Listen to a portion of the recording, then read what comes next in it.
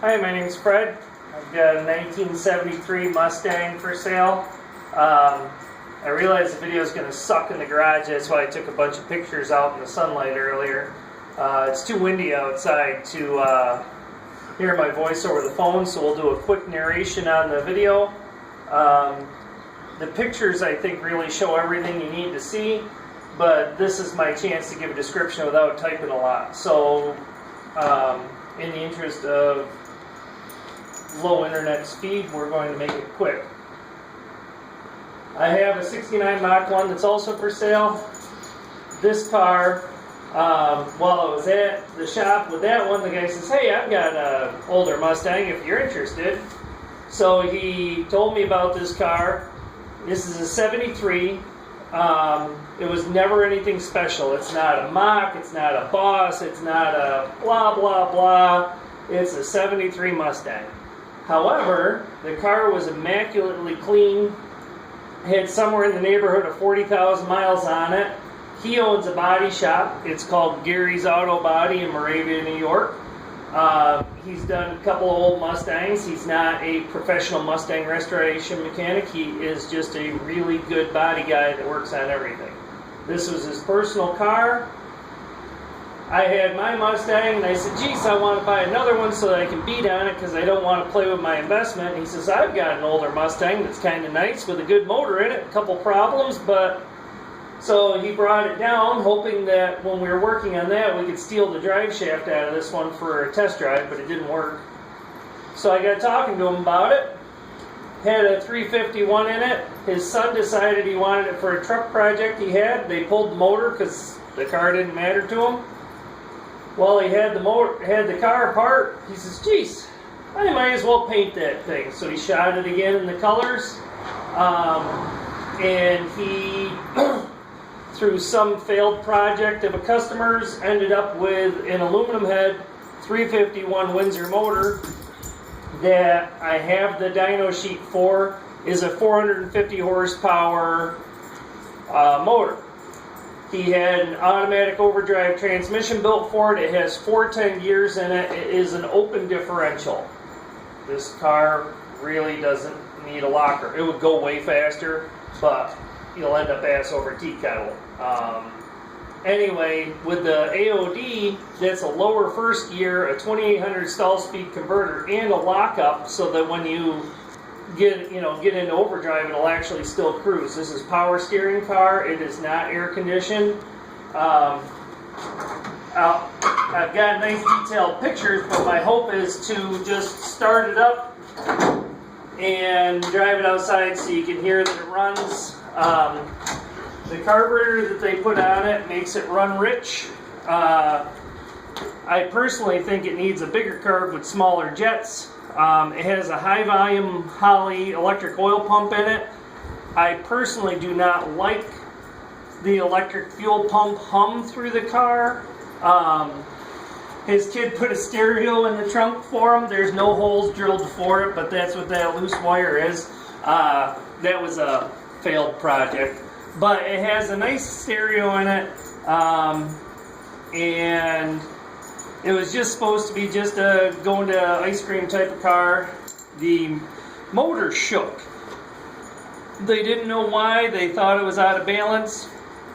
He had no miles on it when I looked at it like 6 years after he'd done it. And he got so disgusted that it was just like out of balance. Something wasn't right.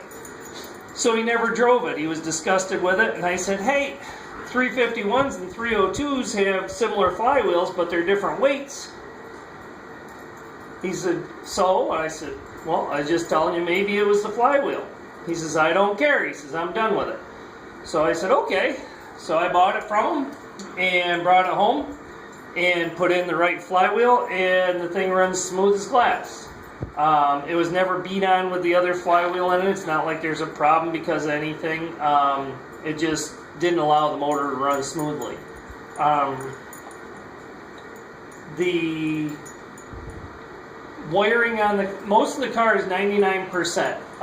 Little finishing things. I noticed the other day when I was jump starting it, because I took it out of storage, that the starter cable isn't anchored to the frame and it had touched the headers once. There's little factory wiring things in the dash or in the engine compartment here that I don't like, but somebody else may not care. I'm a car guy, and I just haven't driven it. I don't really fit in it, and with that electric fuel pump, my dogs don't like the hum of it.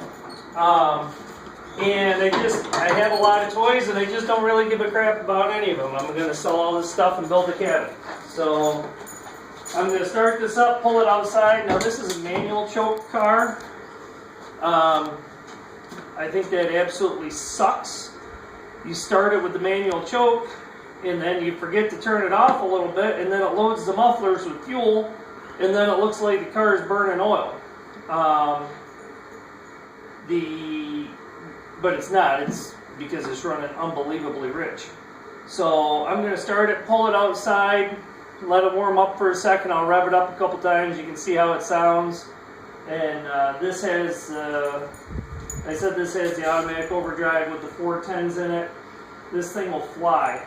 It has a stainless steel H pipe underneath it. The back exhaust has never been welded together. The guy didn't know if he liked the mufflers, so he slipped everything together. It's all nice. It's very nice underneath, but it's never been final bolted because he really wanted to weld it instead of just using U-clamps or whatever. How can you buy this and make sure that it's something that you and your family aren't going to lose your ass on? Google Auburn, New York. That's 13021 postal code. Pick any garage you want in town, even the ones that don't like me, but neither of us really know until we get there which ones those are. Ask them if you can pay them over the phone with a credit card to get half an hour of shop time. I'll go there whenever it's convenient. We'll put the car on the lift. The mechanic can call you on the phone. You can ask him questions, and I can take text pictures to verify or text video and video you. So if you're wondering about this or wondering about that, he can tell you if the car's nice and tight. The car's beautiful underneath, and it's very safe to drive. 1 or 2 drops of oil out of the power steering once in a while. And, you know, if this doesn't make you happy, don't let your cats do it. But it's mine, so I don't care.